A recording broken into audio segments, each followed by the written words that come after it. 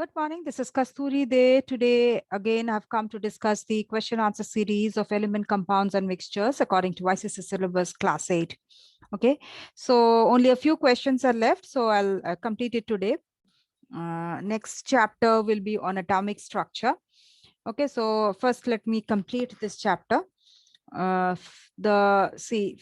today's question which I'm starting with is define pure substances and state the characteristics of pure substance.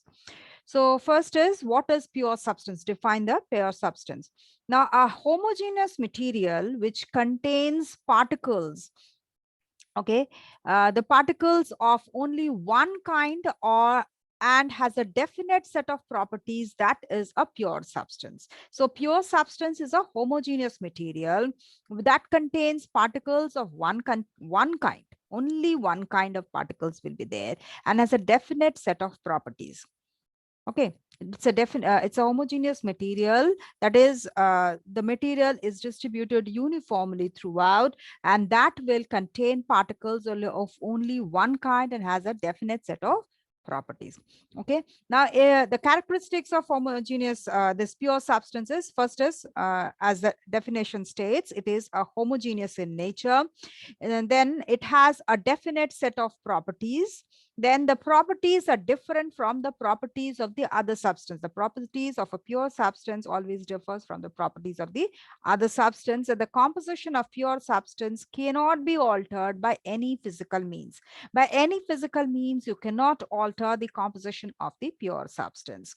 Okay, only by chemical process or chemical means you can change the composition of the pure substance. Okay, next is define the element and state its characteristics, states the characteristics of the element. So an element is also a pure substance, okay, that cannot be broken into two or more simpler substances by any known physical or chemical means.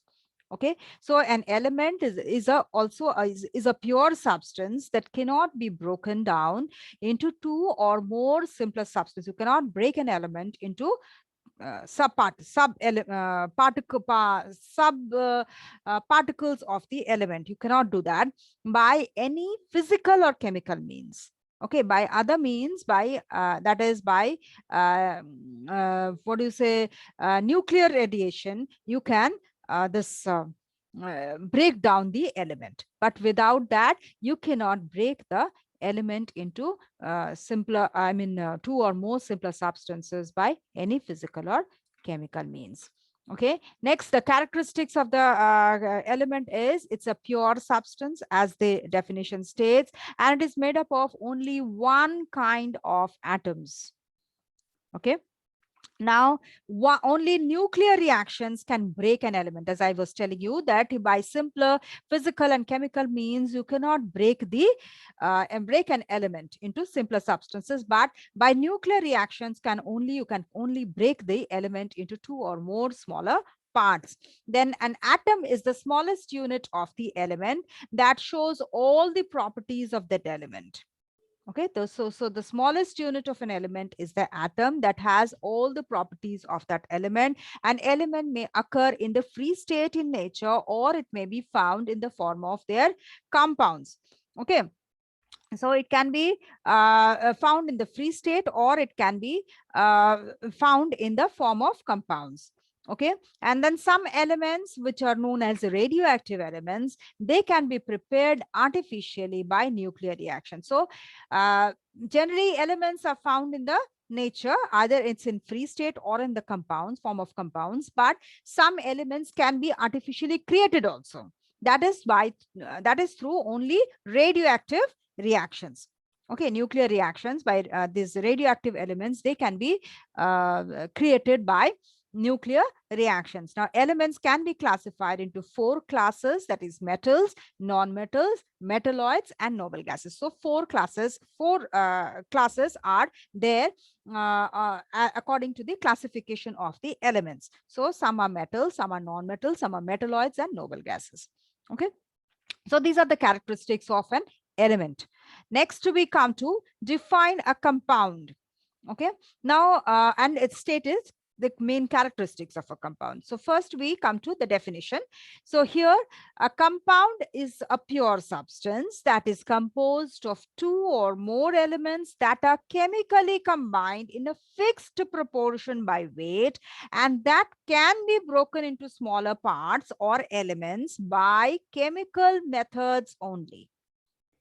See, 2-3 points are there for a definition of a compound. First, it should be a pure substance. It can be composed, excuse me, it is composed of two or more elements. They are these elements which are composing this compound. They are chemically combined. They are chemically combined in a fixed proportion by weight. Okay, so the proportion is fixed. Like in water, if there is water, then hydrogen, 2 parts of hydrogen and 1 part of oxygen is there. So that is a fixed proportion. Okay, you cannot mix that 1 part of hydrogen and 2 parts of oxygen. That will not give you water. So fixed proportion by weight has to be there, and it can be, this compound can be broken into its smaller parts, into its elements by chemical methods only. By chemical methods only, we can separate the constituent elements of the compound. Okay. Now we come to the characteristics. The nature of the element that constitute a chemical compound remains the same. Nature remains the same. Okay. Then a chemical compound, a pure chemical compound is homogeneous in nature. They are homogeneous in nature. Pure chemical compound is homogeneous. It can be broken into two or more different elements by chemical means only. It can be synthesized from these elements by chemical means only. So formation as well as disintegration, that is breaking of the compound, formation of the compound and breaking up the compound, breaking up of the compound into its constituent elements, that can only be possible, both the processes can be only be processes by chemical method only. Okay, that's why it forms a compound. And the compound, the characteristic of the compound is very different from its constituent elements. Okay, because after chemical combustion, a new substance will be formed. Okay, a chemical compound has a fixed composition. That is, its constituent elements combined together in a fixed ratio by weight. A chemical compound has a distinct set of properties which do not resemble with the properties of the constituent elements. That was that thing I was telling you. And so the properties, the distinct set of the properties which a chemical compound has, that totally is different from the properties of the constituent elements. Now, mechanical separation of the elements is not possible, is impossible rather. And formation of a compound involves energy changes. When we form a compound, there is either evolution or there is absorption of energy. So energy change takes place. Okay. Next, we come to define mixture and state the main characteristics of the mixture. Now, mixture is a resulting mass in which two or more elements or compounds or both are mixed together in any proportion which do not undergo any chemical change. See, here also some important points are there in this definition. One is the resulting mass, that is the mixture which is made by mixing two or more elements or compounds together. The resulting mass which we get after mixing them, they are mixed together in any proportion. That is, their proportion is not fixed. There is no fixed proportion in this case of mixture. And another thing is that these elements or compounds which are mixed together, they do not undergo any chemical change. Only this physical change is occurring. That is, they're mixing together. There is some physical changes occurring, but not the chemical change. No chemical combination is taking place. Okay, that's why no new substances will be formed during a formation of the mixture. Another thing is that the constituent elements or the compounds of the mixture, they will have their different characteristics. Okay, they can retain their characteristics. Okay, now we come to the characteristics of the mixture. The constituents of the mixture are present in any proportion, any ratio. The constituents of the mixture do not bind each other by chemical means. Rather, it is a result of any physical change, of a physical change. Okay. Now, the properties of the mixture are the average of the properties of the constituents. Okay. Most of the mixtures are heterogeneous. Most of the mixtures are heterogeneous in nature, but some are also homogeneous. The constituents of the mixture can be separated generally by employing suitable physical means. You can separate the constituents of the mixture by physical means only. Now, during the formation of the mixture, there is no energy change. It is neither absorbed nor released during the formation of a mixture. Now we come to some differences between the mixture and a compound. Okay. So when two or more elements or compounds are, or both are mixed together such that they do not combine chemically, that forms a mixture. But in a case of compound, when two or more elements unite chemically to form a compound.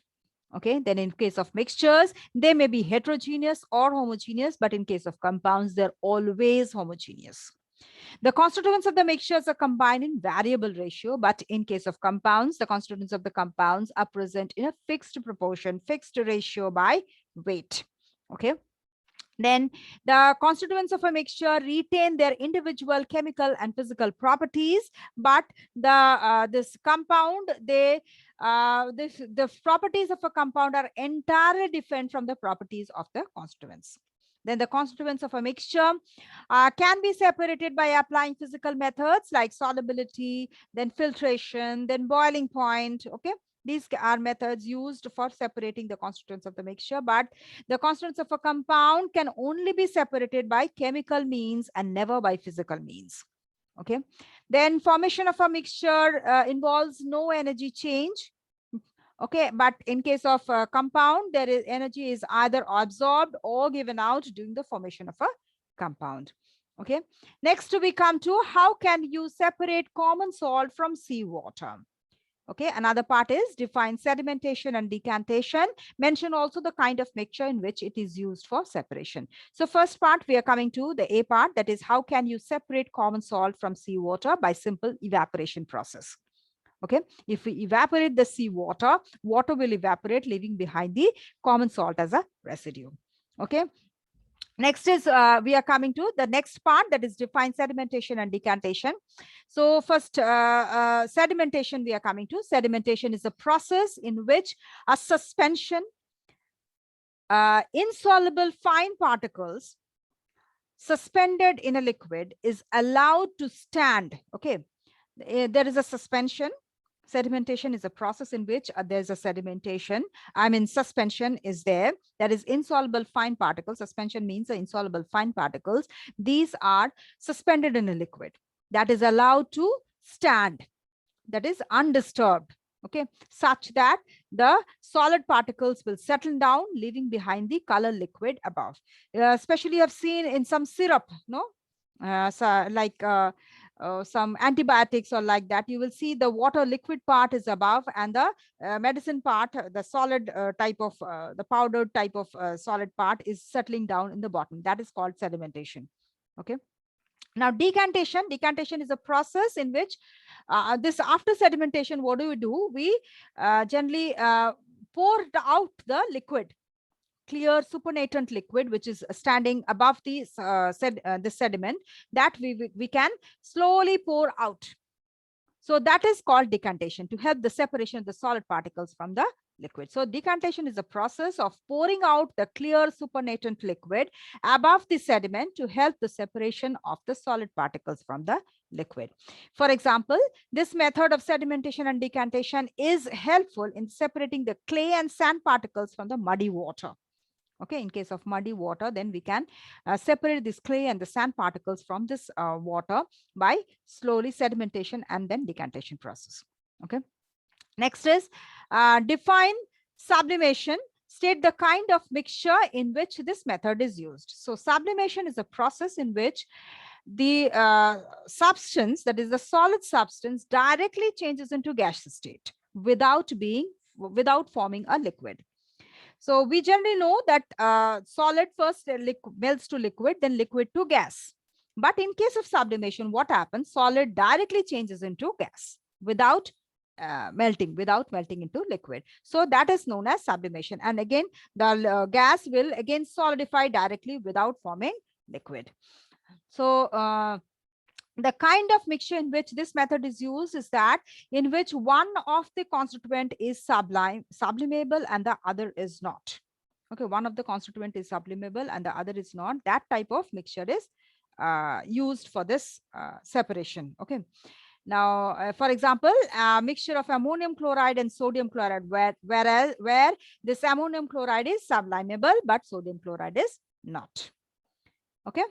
So this is the end of the chapter of this element, compound, and mixture chapter. Go through this, and also I request you to go through the this is my suggestion. You can say that to go through the text videos also to get the better clarification of this chapter.